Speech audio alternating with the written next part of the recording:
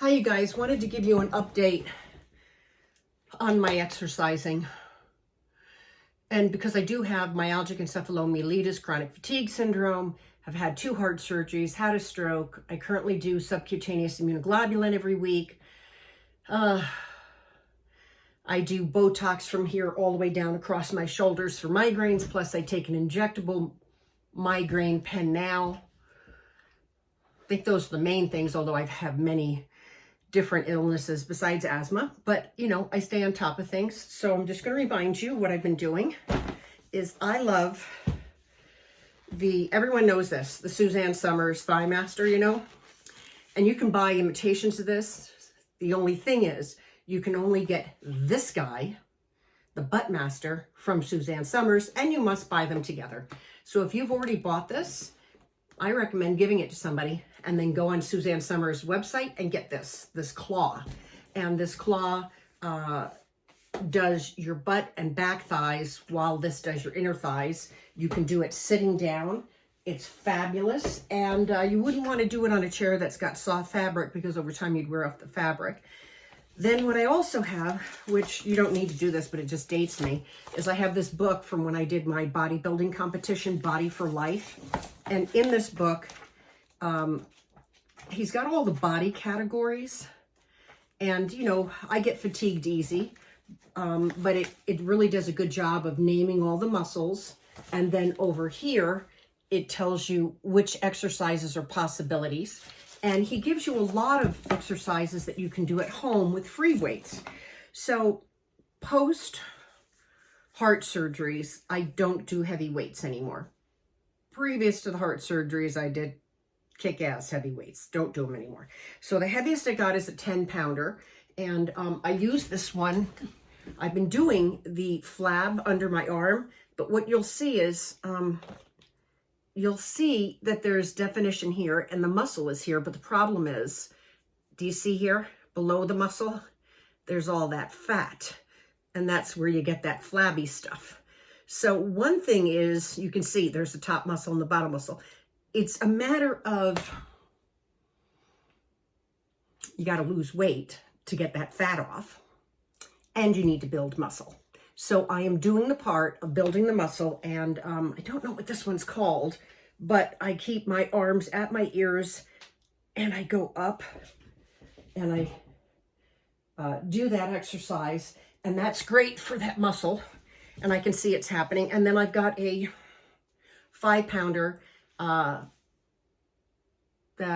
I want to be careful because I don't want to rebuild my shoulders. I already have, even though I'm 61 now and it's been for 20 years since I did the bodybuilding stuff or fitness contest stuff. I don't want to make my shoulders too big. And I have had a prophylactic preventative double mastectomy, which means they cut out all of my chest muscle and they put in implants. And the other thing you'll notice here, look, do you see this? Okay, so that's the line of the pants.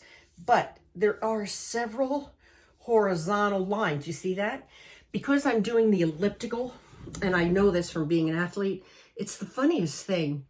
When you do the elliptical, which I have one in my house, and I love it, it's my favorite machine, it starts melting your fat from the neck down. And you've got to be patient. And I will tell you that right now I can see this is getting nice and getting rid of it. I still have, you know, back fat, you know, and it will start working on the back fat. But you also just saw these weird little horizontal lines across my abdomen.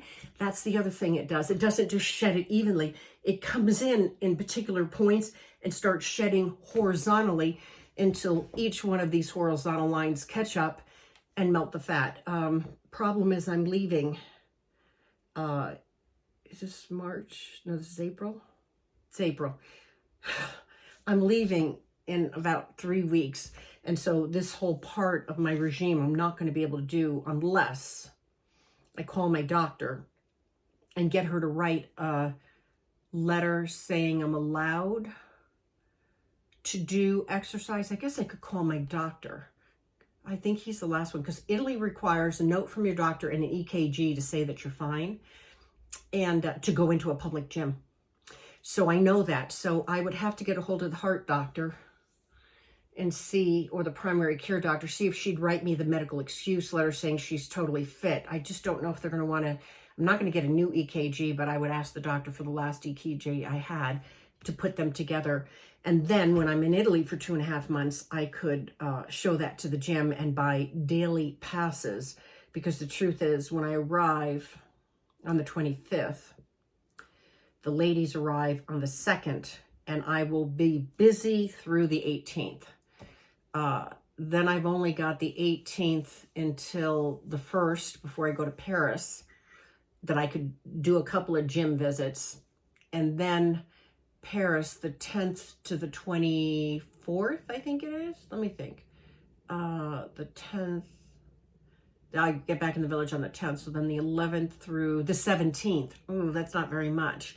11 to 17, yeah.